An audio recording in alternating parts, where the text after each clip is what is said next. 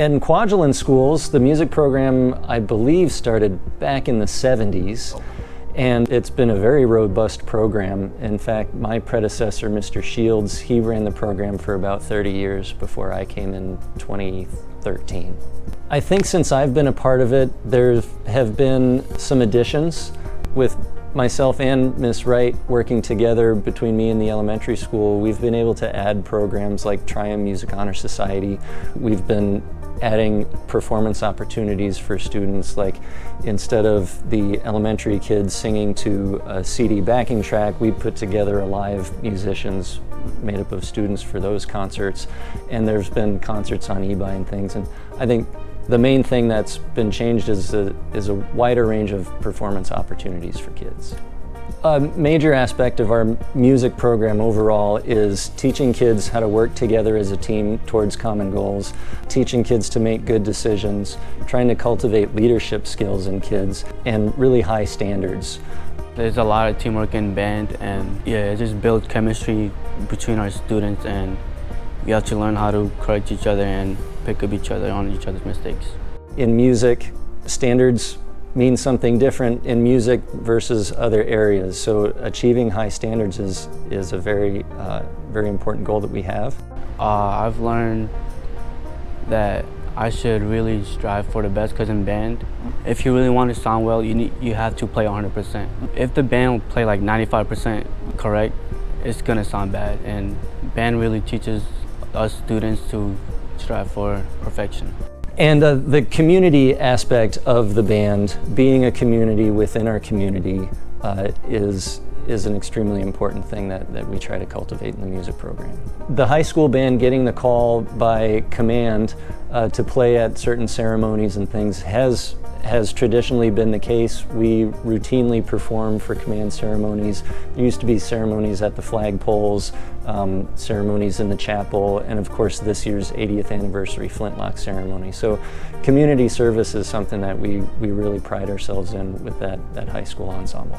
So with this piece, our band arrangement is a little bit different than the original. So we're studying several different recordings of the original and trying to see how they differ and how we can maybe adjust and improve the arrangement that we have for our ensemble.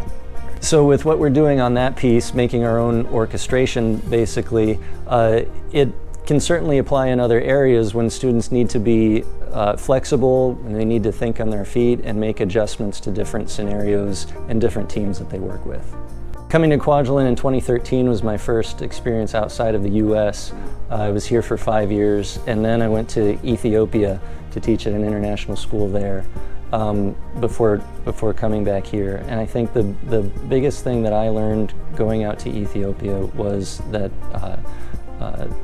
to continue that community building aspect and welcoming diversity, no matter the case, into music. Music truly is for everyone, and that's it's important to me that everybody in the music program feels that this is a safe place to take risks, a safe place to go for the spotlight, and a welcome place that they can be creative. We students really enjoy playing our music, and we enjoy the process of preparing for the concerts.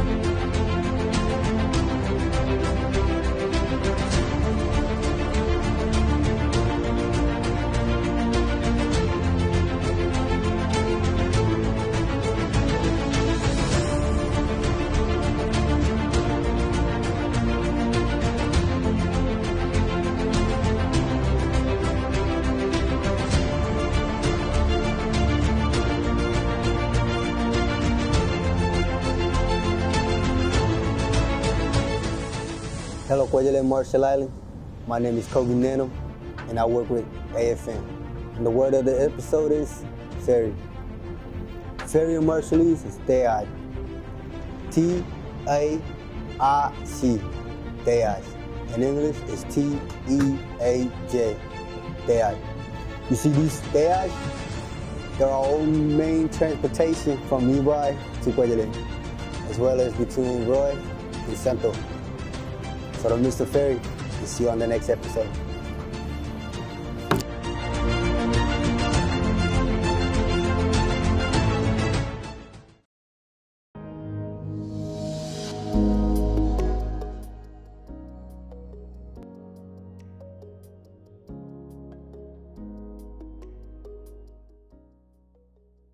First of all, thanks for having me here at AFN today, and thanks for doing this. I think it's important. And since stepping on the ground, what an amazing community. What an amazing community. The warmth of the community, everybody coming together, everybody extremely friendly and helpful. It just gives you a family atmosphere and that you're part of the family when we stepped off the plane. I mean, we've been here going on 4 days now, and it feels like we're already integrated into the community. So excited to be here. Glad Vera was able to come with me and experience this, because often I'm telling her about places, and she probably wouldn't have believed me if I would have told her how it was here on Kwaj with the team, this amazing team working together. So it was good that she was able to come here and experience it herself, so she walks away with firsthand knowledge. But what an incredible team. You know, what I've been able to see over the past 3 to 4 days just really illustrates, you know, how Kwaj is an important strategic site for our nation, and everybody here inside of this Kwaj work area is providing a significant impact. And I just want to say thank you for what you're doing, and appreciate being here, appreciate being part of the team.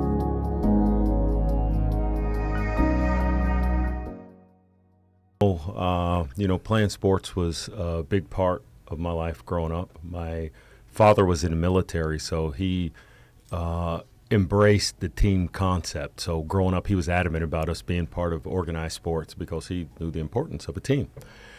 And having that ability and able to experience being part of the team, you know, not really worrying about getting credit for yourself, but watching the team be successful, that really came to a pinnacle when I was in college, and I played for an amazing coach, Coach Irk Russell, who taught us really the concept of one team, the empowerment of trust, where essentially walking through the door, he said, hey, you know, I trust you guys, and I'm going to empower you guys.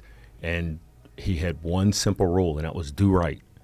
And as a young college kid, as you could imagine, that was a little hard to put your arms around, because, you know, everything had been so structured up to that point. And then having someone, you know, entrust you and trust you and have one simple rule was something that resonated and stuck with me. So when I eventually transitioned into the ROTC program and eventually as a officer, that really embraced my leadership philosophy, was the team concept, the one team concept, which I'm excited to hear every time I hear Drew Morgan and the Kwaj team talk the one team concept, because that resonates with me, because that's essentially how, from a lieutenant on, my leadership style was built around everybody's part of one team. Everybody has expectations of doing the same thing. We do it together. And it's worked very well, and it's good to see it in this location also. But that really instilled the foundation in me as an officer, and again, not worrying about taking the credit or being in the forefront, but making sure the team is successful. And leaders that take the time and ensure that the team is successful as opposed to individuals allows that organization to flourish, and that's what excites me about this location, and what excited me about being in the Army. Because when I joined the Army, all I wanted to be was a platoon leader, have a platoon of team, one team, and then, you know, as things went on in my career, got fortunate, and here I am now.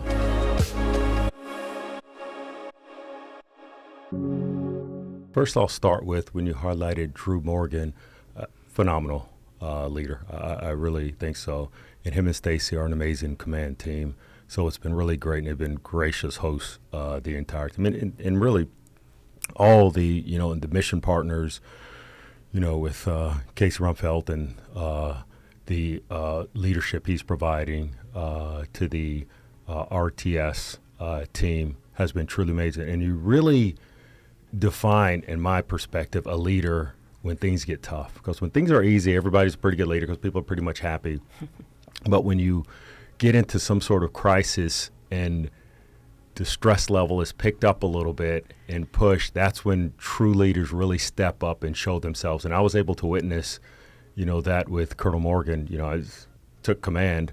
One of the first phone calls I got was the Rogue Wave here, Kwaj Rio Namora, and that's when I really started putting my arms around Team Kwaj and what Team Kwaj does. I had a fundamental understanding, but as we walked through phase by phase, and as I watched the team come together under his leadership and really do some amazing things in the assets that were required wasn't forthcoming right off the bat, and so you had to really leverage what you have and leverage the teamwork concept together. And just truly amazing watching the whole thing transpire from the initial challenges to where Team Kwaj has moved. And that's just from the crisis aspect, but the day in and day out mission set, it's truly amazing to watch the team come together and work together, Garrison, RTS, and all support pieces, to be able to do what we require them to do for this critical mission here on Kwajalein.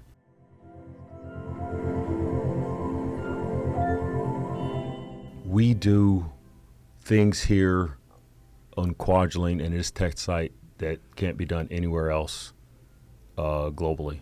And we have an incredible team of experts that provide critical knowledge and capability that help us find innovative ways to do more than what we're doing now. And spending the time here with some of our brilliant engineers, brilliant support personnel, it really highlights the love for the mission, highlights the energy around making the mission better and delivering. And it's just, as I'm talking, I just has visual sights of everything I've visited. And yesterday we went out and we visited some of the assets that support some of the testing, and the excitement of the team around what they're doing, and then not only being stagnant, but saying, hey, here's how we can do things better, here's how we can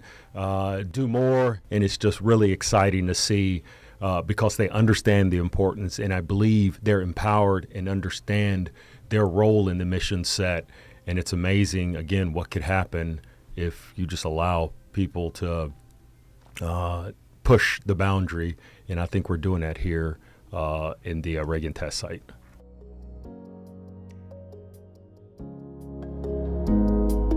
Everybody's creative energy, leveraging the innovation. And one of the greatnesses of the one team concept here at Kwajalein is it gives everybody the opportunity to provide input and be innovative in that space. And you start creating a blurred line, which I love, is so you don't isolate. Not once here since I've been on an island have I asked, okay, is this a government civilian? Is this a civilian? Is this a contractor? Because everybody is energized and working together at the mission set, and that's the way it really should be. But it's seen more at this location where, you have MIT Lincoln Labs, you have contractors, you have DA civilians, all coming together as a team and seem to be getting along pretty good around here from what I've seen. Everybody seems to show up to things and support each other. And so when you take that type of atmosphere and you put it in a work atmosphere, unlimited potential moving forward.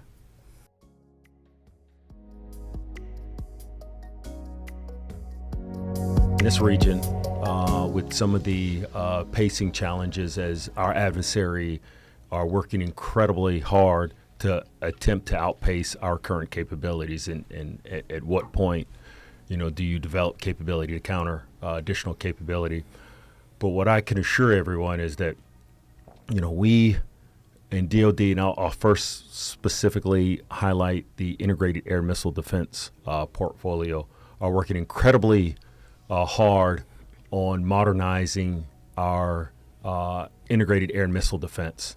And that modernized capability we will leverage as we move forward in the defense of Guam construct. And that capability will allow us specifically the Army and integrated air and missile defense to provide double the capability that we're providing now as we modernize, from improved sensors that can see farther, can see more, improved interceptors that are able to, reach out farther and provide more capability. So we are on a very good path with our integrated battle command system, where we're integrating all of our Army capabilities into one common C2 that will help us address future threats and evolving threats. And working with our partners, Missile Defense Agency, in that approach will allow us to really push the envelope. And when you look on my side of the Space and Missile Defense Command with the no-fail mission of providing defense of the homeland against intercontinental ballistic missile, as we continue to modernize the capability in that fleet, also helps us to address some of the threat that's out there that's trying to outpace our capabilities. From a space perspective, very excited what we're doing in Army space. We are looking to move to a space MOS and eventually create a space branch, which sets the foundation to incorporate several different capabilities into our formations down at the Army tactical level. And so a lot of times you think of space, most people think of satellites and things that are doing that in Space Force, and Spacecom is doing a phenomenal job in that area. But from the Army perspective, the Army leverages space probably more than any other service. Well, not probably, they do, more than any other services. In our ability to protect that capability, to ensure our formations are leveraging space capabilities and can be confident that they will work in time of need, really falls on this command. And the work we're doing through the space vision and innovative technologies is going to help us continue to be on the forefront of this capability.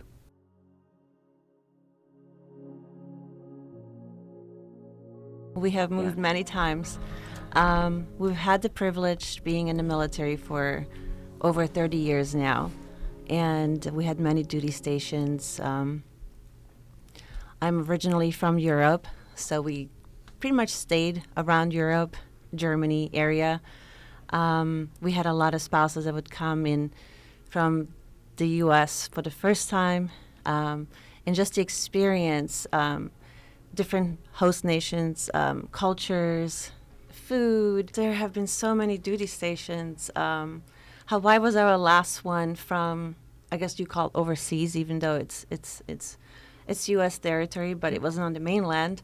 And I was eager coming over here because I really wanted to compare the two islands, to see what differences there were. And I heard so much about Kwaj being such a special place. And I really wanted to see what the difference was, the main difference about it. And coming here and spending the whole week here, it's just been incredible. I kept telling my husband, I feel like I'm on a movie set, on a Hallmark movie. This is utopia. We took the bikes as soon as we got off the plane, and everybody was waving. Everybody was super friendly. You just don't experience that in the U.S. anymore. Some people might compare it to a small town, but I would beg to differ. It's not even a small town. It's just a very unique place. And what makes the main difference between Hawaii and Kwaj are the people, the community, the togetherness, that everybody comes together. Everybody has some kind of skill, and they like to share that skill with the rest of the families. If something is missing, they have a forum, I heard here. So if somebody needs milk, anybody would pitch in, which this is so beautiful. And being so isolated, it's so important. And to see families come together like this, that's what makes Kwaj so unique and different from Hawaii. Yep. And I'm definitely leaving part of my heart here. It's been just incredible.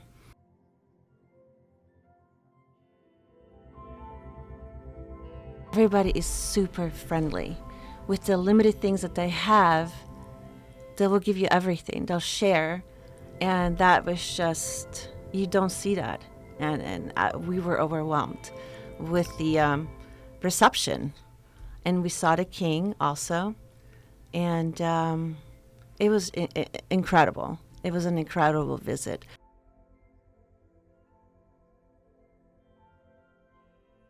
Military families, I mean, we are resilient, you know, we're strong. And every time we move, it makes us stronger. And that's the bottom line. And when they go to field or to any mission, we're there to support each other. And we hold down the fort pretty much. And everything, you know, keeps going. The community is there. That's the important part of it.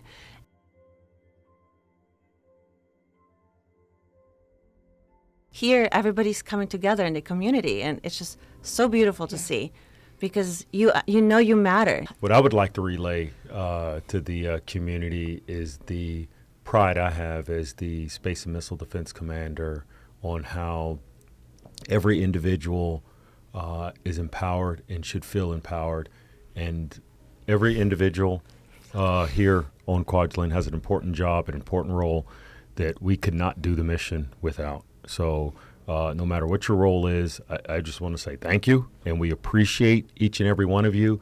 And Team Kwaj is a strategic location for the United States. It will be for a long time, and I appreciate everybody's effort in executing the mission the important mission that we have here. So thank you for having me again today.